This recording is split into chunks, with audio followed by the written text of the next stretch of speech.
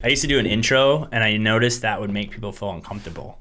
So I stopped doing intros now. Oh, okay. So the intros would be like, hey, everyone, it's Adam. What's good in Riverside?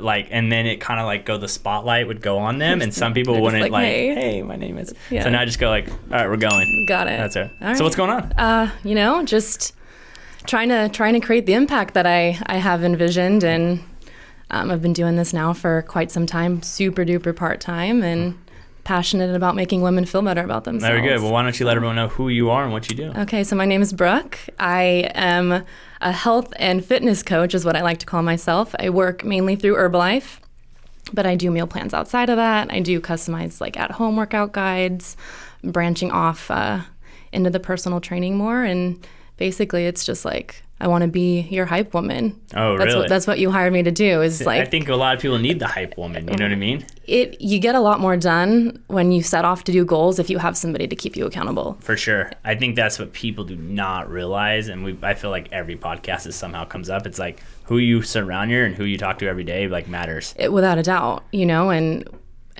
you're not a woman, but yeah. We give so much of ourselves away, and a lot of the women that I work with, it's like they feel guilty for bettering their health or taking control of their diet and like spending the money to invest in themselves. And because you're a woman, you gotta break that mindset, For sure. I know. It's funny. Like I tell women that I work with in the industry, I always say like the number one thing you have to worry about is yourself first. And if you're not taken care of, then you're never going to be able to take care of your clients. You're never going to be able to take care of your husband or your family or whatever. Like my assistant's a woman, and I tell her all the time, like, dude, you need to worry about you. Yeah. So we finally got her a Peloton, and nice. She's like crushing it. Yeah. I'm still beating you, Brittany. So, if you see this, like I'm still up like 200 minutes on you. But she like every day she like has something other than work. It makes her feel good. And now she's eating healthier. And it's just that one little... It's to kind of get you over the edge. Yeah, it's flipping the switch and just dedicating yourself to it and taking the time and having that support system, because that makes a world of difference. So that's what I like to offer. For sure. And then you said that you started doing part-time, but I feel like you're pretty hardcore on it. So what do you mean by you're only doing it part-time? So I was working full-time in the construction industry, and I have recently scaled back and switched clients on that, and just I'm transferring that time. So when I say like full-time or I do it part-time, that's not what pays all my bills. You know? For sure. Just like this. I love when people think I'm a podcaster. I'm like, no, I'm actually a real estate agent. This is just what I do on the side. Like this does not make me any money. Trust me. One day, hopefully, but I don't think I'm going to be Joe Rogan anytime soon. So he's the king of it all. Oh, well, for sure. But he's also, you got to remind yourself, like, I remember it's like you watch and then you're like, man, like it's so easy. But when you start like wiping away, like just having a conversation with someone, like I can see you're a little nervous. You're a little nervous. You're a little nervous over there. Bit. I can see the tails over here that you're a little nervous. I think what's funny is it's almost like I'm so used to like going to random people's houses and like basically asking them to give me money to sell your house that I don't know. So like this is normal for me, right? Yeah. The problem with girls, you're not used to all these questions being asked on you. No, I'm normally the one asking the questions. Exactly, because you guys always deep dive in how are you feeling this and that, whatever. So you are the hype woman. You're very heavy on social media, especially Instagram, I see. So what made you even get into this? You've been doing this for about, 7 years, you said. But what was it that kind of, I've known you for 5-6 years now, and I've seen like all of a sudden, probably in like the last, I would say almost 2 years, like a big increase in like motivation. What was that kind of niche that kind of said, hey, listen, this is something I want to do? I realized what brings me joy and what at the end of the day ultimately fulfills me, and it is this. And the older I get, it's like, why waste that opportunity? Because what I do is important, and there's nothing better than like working with a woman, and you can just see the change in her confidence and the way she carries herself, and her thought process changes, and it's like, yeah, that's why I do what I do. So normally, how do you like interact with it? Do you guys have like groups, Facebook groups, or is it one-on-one? What are the things you're able to stay in the community? I use GroupMe a lot. So I plug in my clients, all to that. It's like a big group message that, Android, iPhone users can all use and see everybody's stuff. And that and Instagram, I have a private Instagram account for my clients, where the video, the workout video content and more educational stuff is. Well, that's exciting. That's a new way to think about it, for sure. Well, that's awesome. So what are you working with people like every day, or is it like month to month? I always see you, I feel like you kind of do like, me guessing is like programs, because I always see like, okay, who's going to sign up for this month? Is that how you guys kind of do it? So I just started doing those challenges in December. The 25 Days of Fitness was something, it was like a creative whim that I just kind of went out on, and I ended up getting, I think it was like 15, 16 girls that signed up for that, which was really awesome. And it was just a 4-week workout guide. It's all at home. I plug you into the community. You get access to me and all the other girls that are doing the same thing as you. And at the end of the month, I did a giveaway, raffled off some products, and it's a simple way to get people to try me out and see, and test the water and see what I offer without doing a month-long commitment. That's awesome. And then for you, like, I noticed that like when you do things that you're also doing it with them, right? Especially, how have you handled this last year, like not being able to like go out into the gym? Did you feel like with your community of people, you've seen a big effect with everyone? Definitely last year was hard for a lot of people, for sure, and you take away access to those outlets and it's harder to stay on track. So December, kicking off the new year, I think a lot of the girls are like ready to jump back on board and stuff, because the gyms are closed and it's like you have to get that exercise in somehow. Yeah, it's funny, like counting you and the last 2 people I've done podcasts with, the last people, whereas I was asking, how do you like get rid of the stress at work? And one of the co-owners teaches jiu-jitsu, and that's how they met. She started training jiu-jitsu, and then the person before that owns Fit for Moms, and just talking about the community of women and moms that like just have newborns that need to go out in the parks and work out together. It becomes a community that I think that's so important, that I don't think people realize is that a lot of people use fitness as that community base, not just like, hey, I want to go look good, or, it's that group of feeling that people are in it together with you.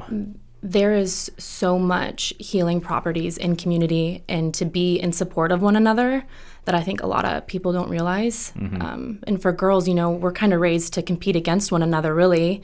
And that's something that a lot of us have to kind of shift out of, is like, for sure, I'm not against you. You're not my competition. Like, we're in this together, and I can support you just as much as you can support me. Yeah. I think the one thing I always tell people is that if you can have confidence, you're unstoppable.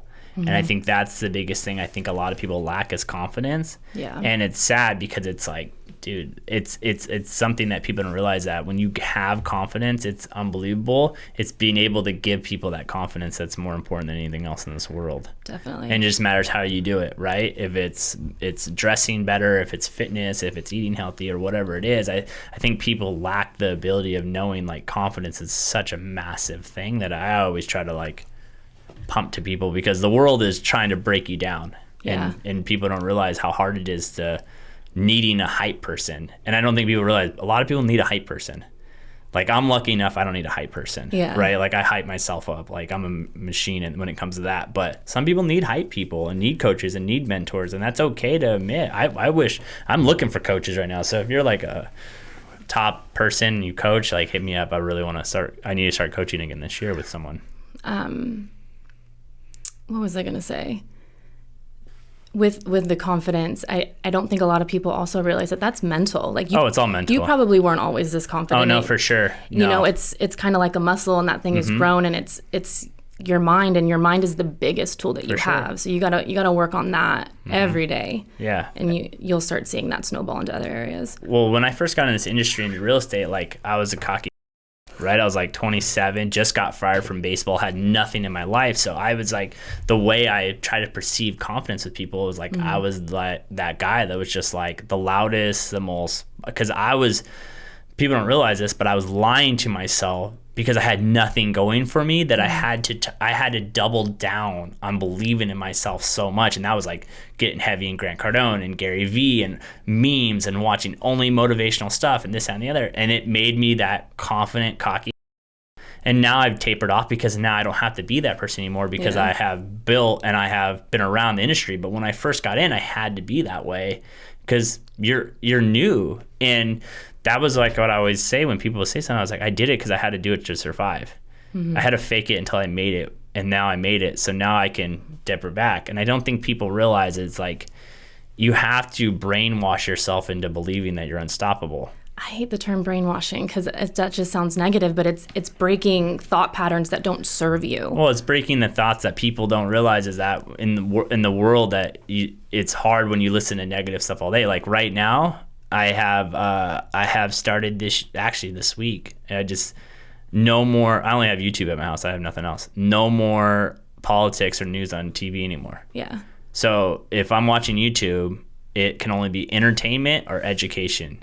If it's something negative like the news or politics or whatever, I'd have to turn it off. Gotta nip it in the bud. Because because when coronavirus happened and we couldn't show houses, I couldn't go anywhere. Like my mind went negative and I was miserable. And you have to because all you were doing is watching the same stuff, sitting on Facebook, sitting on Instagram. Even though I live on Instagram, I don't on Facebook. I don't go on there and read. I don't read anything. I don't live on Instagram or Facebook. I go in, I post, I get out because I can see the freaking rabbit hole that you go down, and it ruins your day. Oh, without a doubt. And then it sits in your mind, and you're like, why am I even pissed off? It makes no sense. I have way more other important things to worry about.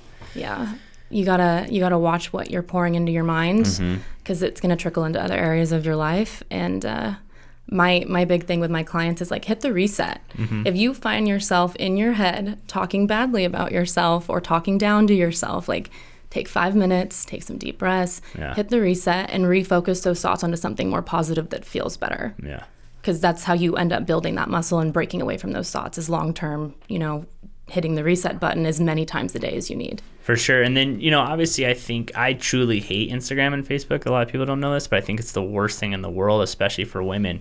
How do you struggle, or how do you not struggle, but how do you handle being a woman on social media? Because we all know what gets likes on the platform. Yeah. And I know a lot of women lean towards that, especially in my industry where I'm just like, girl, you're smart. Yes, you're very attractive, but you're smart. Let people know you're smart. Yeah. But you want to live off the like. So how do you handle that? The mute button for me is real big with people that you don't necessarily want to unfollow because that creates some negative waves with some people, right? So the mute button and just being really aware of when I find myself maybe comparing, and going down that rabbit hole because it is easy to do, but at the end of the day, Instagram's just a highlight reel for people's things and their business. And is it necessarily real life? No. I know. It's funny when people meet me, and if I'm not in that dance monkey zone, right? And they meet me, and I'm like when you walked in, I was trying to bang something out because I just got done with the podcast. I haven't eaten all day, and I was like, okay, I gotta knock this out. Thank God you stopped me from getting pizza because I was gonna get some pizza because I knew you were coming in. But then it was it's I've had people meet me in that moment. And then leave. They've come in here and leave, and then they're like, hey, you were kind of, I'm like, what you see online is not who I am. That's when the camera turns on. That's me. I don't like talking to people. Yeah. I hate talking to people. So when I'm at a networking event, I don't know anyone, dude, I'm just like, all right, get me out of here. I hate being here. But when I have to dance, turn it on, I turn it on. Exactly. And I think that's the thing that people don't realize is when you live in that world, it's not the real world. It isn't, and you're just as human as everybody else. For sure. It's I've had someone say something I'm very comfortable on camera, but a lot of people know I hate taking photos of myself. I feel so stupid. I cannot take photos. I feel so dumb. We did a photo shoot for a magazine, and I was felt so dumb the whole time. But you put me on a stage in front of thousands of people, I'm fine. If you put me in front of a camera, I'm fine. But photos for me, I'm miserable. Well, it's a skill you've developed. You've been doing this for so long. You do it. You put on your big boy pants and you do it. Because I know I have to. That's the thing too. I do it because I have to. I don't do it because I want to. Yeah. So you obviously know how to turn the mute button off. And what is something you see that inspires you more when someone on your group gets over something? What is something that you really shoot for when you see that? That's wow. For me, it's when someone wants to get on video and they start shooting a lot of video, and I see them shooting video, even though it might not look good and it might not that. But they're doing it every day, and I'm like, dude, that's what I'm talking about. So what is something that you love seeing grow in your people that you work with? I'm asking the hard questions. You are asking the hard questions. We get deep dive on what's good in Riverside, people. Be prepared when you show up here. When you come into my house, be ready to be asked a question you've never been asked before. See, and this is why I was That's what you're like, yesterday, hey. I'm going to throw her in the bus. She texted me yesterday. She's like, what questions are you going to ask me? I have no idea. I was like, oh, okay, I can't prep myself for There's this. no prepping. There's none. That's all right. You know, the more vulnerable girls that I work with that are ready for a change and they're so fed up and they just come to me and they're like, here's everything. Yeah. I love working with them because I can get down to the nitty gritty and you can actually really see the growth. You know, it's the regularity in their workouts. It's, hey, my pants are getting looser, or my husband noticed, that my skin looks better and that my mood's better, and it trickles into other areas of their life where they really didn't think that taking on a better diet or a regular workout plan would do for them.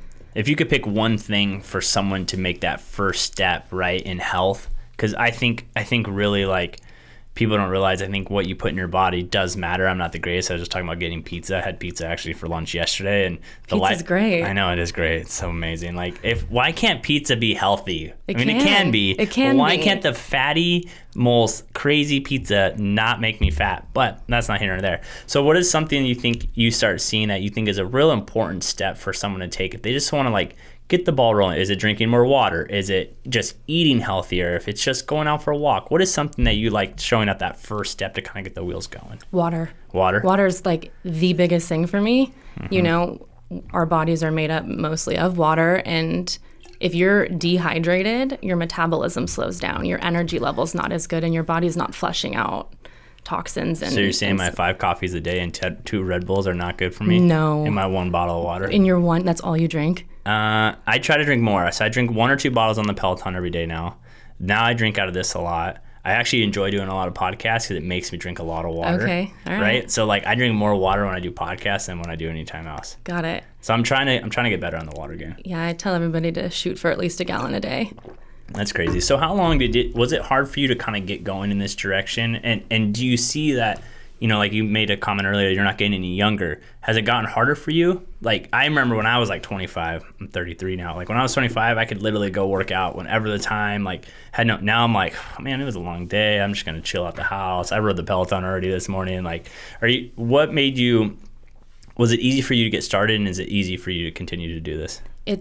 I think it's easier for me to continue to do it now because when I don't, I feel it. Yeah. It's not so much that I'm exhausted working out or like don't have the motivation for that. Yeah. It's like when I am not regularly working out or I'm not drinking enough water or taking care of my nutritional needs, I feel it. Do you feel like you also have like a group of people that are on you to be like, well, I gotta have to keep it up for them too? Like as a leader? As a leader, it's like, sometimes I'll think about going and eating my beloved Del Taco, and it's like, wow, I'm in the middle. Number 5, double chicken soft tacos, and then another chicken soft taco on the side. And then when I want to get crazy, if I get the shake, it's game over, just so everyone knows. Oh, goodness, yeah. I'm not even going to give you my Del Taco order. It's ridiculous. But yeah, it's like, I'm trying to lead these girls in a healthier direction, so I need to lead by example, so I probably shouldn't. How do you handle that pressure? Day by day. Because it is pressure. It is a little bit of pressure sometimes, and giving myself grace and knowing that I'm human too, and I'm not perfect all the time. For sure. And who do you kind of look up to? Is there someone that you kind of like eye up to?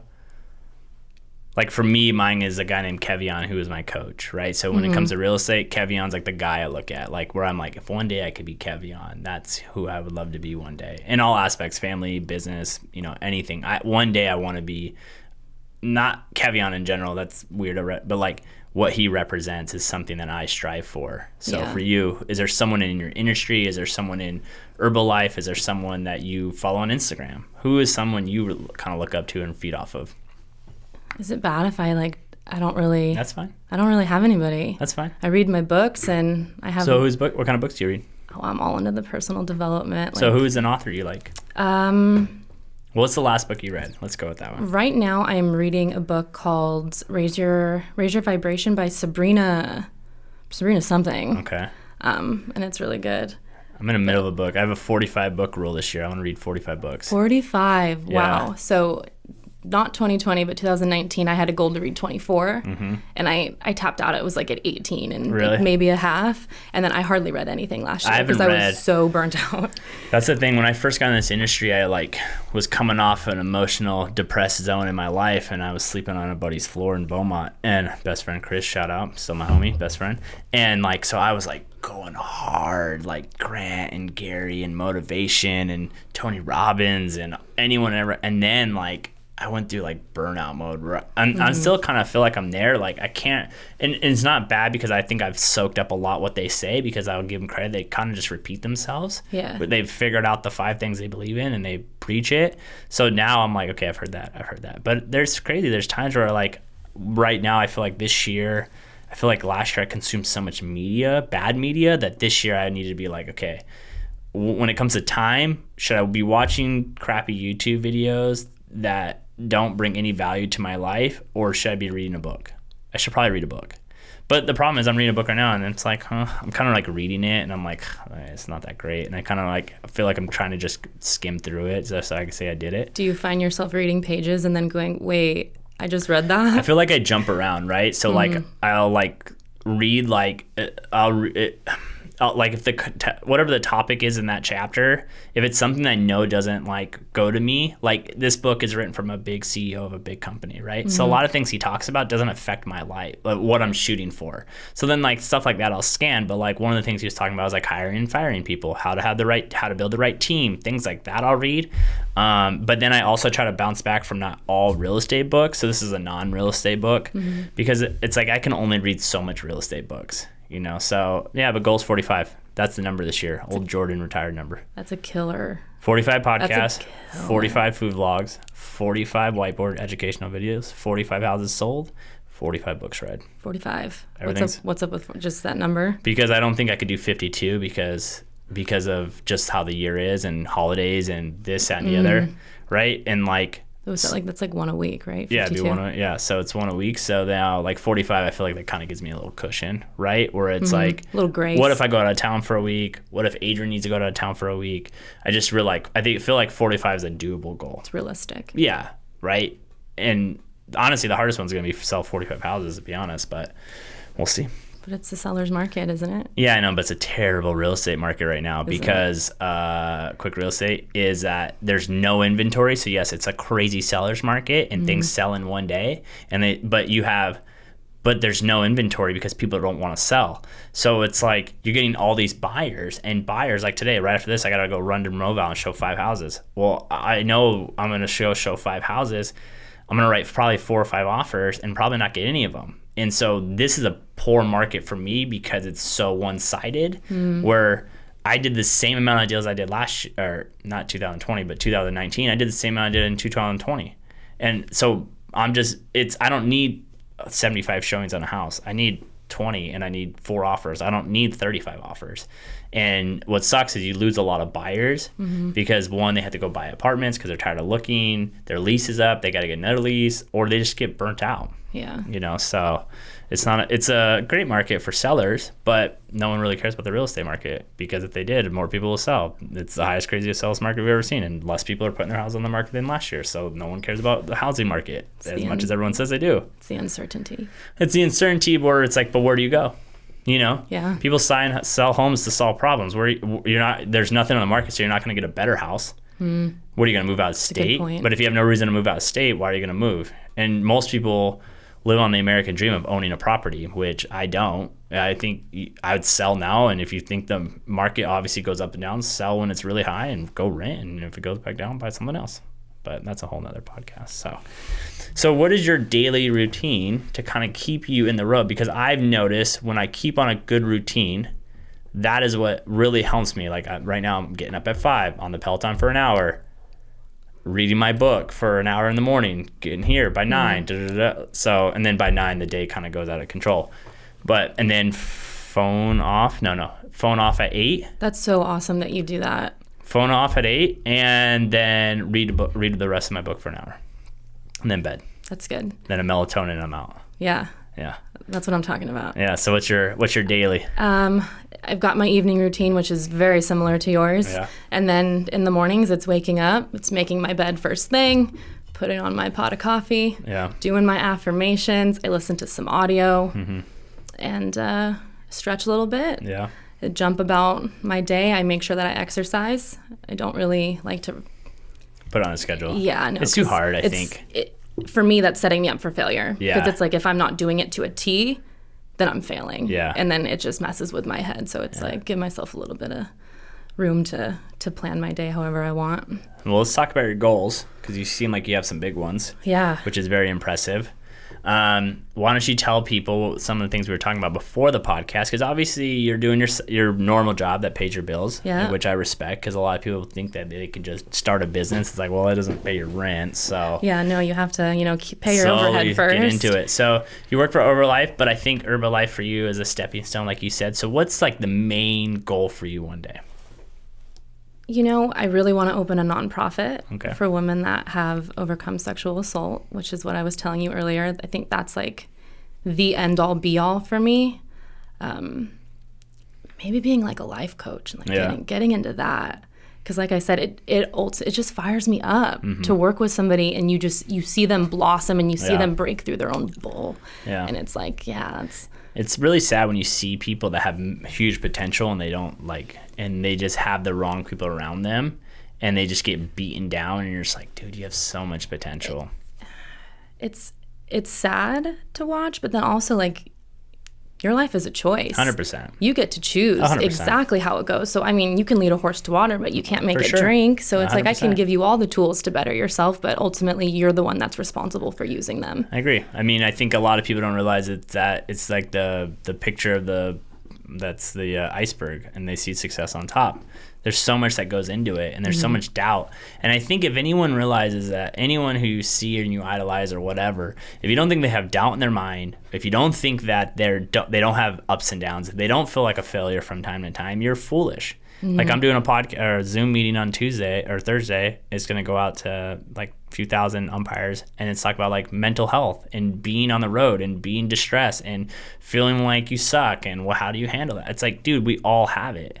Like I have it on a daily basis. It's just a matter of how fast you hit that reset button and taking yourself out of those thoughts. For sure. I think I read a book one time and I can't remember the title of it, but it was basically stating that like very successful people have 3 hiccups a year and those hiccups last a day.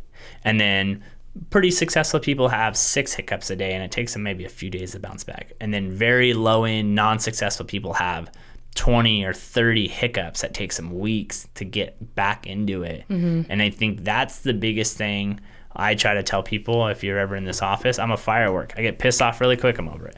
Right? I get really pissed off about something that's going on in a transaction and then I'm over it. So some people might think like, oh, Adam's always pissed off or he's angry or whatever. It's like, no, I'm a firework. I get out and I'm over it. Like, let's move on. Feel the feelings. Yeah, get over it. And then process them and let them go. Because holding on to that's it doesn't benefit you. So moving forward, you obviously, having a nonprofit is like the North Star. Yeah. Where do you see yourself in 2021 that is going to help you get towards that goal?